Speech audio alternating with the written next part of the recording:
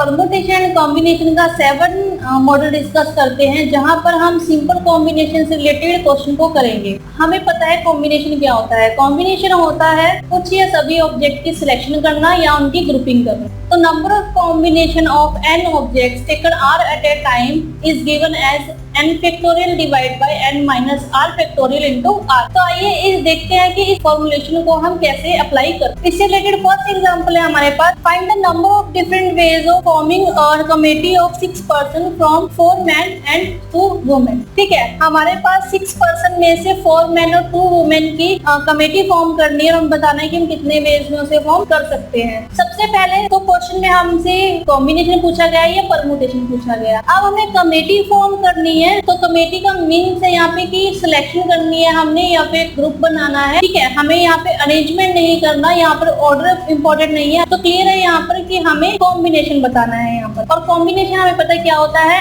n factorial divide by n minus r factorial into r factorial. ठीक है, अब हमें 4 मैन और 2 वुमेन टोटल 6 पर्सन की कमेटी बनानी है और 6 ही पर्सन है हमारे पास। तो 4 man plus 2 women is equal to 6 person और 6 ही पर्सन है जिनकी हमने कमेटी फॉर्म करनी। तो टोटल नंबर ऑफ पर्सन है यहाँ पर 6 और एट ए टाइम हमें चाहिए यहाँ पर 6। तो 6 is equal to 6 factorial divide by 6 minus 6 factorial into 6। तो 6 factorial divide by 6 minus 6, 0 factorial into 6 factorial. तो ये कैंसिल आउट, 0 फैक्टोरियल होता है 1, तो आएगा यहाँ पर 1 वे, यानी कि हम 1 ही वे है इस कमेटी को फॉर्म करने के लिए, क्योंकि हमें पता है कि यहाँ पर जो n है वो इक्वल टू है r के। याद रखिए, if n is equal to r then NCR is equal to 1, यानी कि जब n और r इक्वल हो, जैसे इस केस में 6 एंड 6 से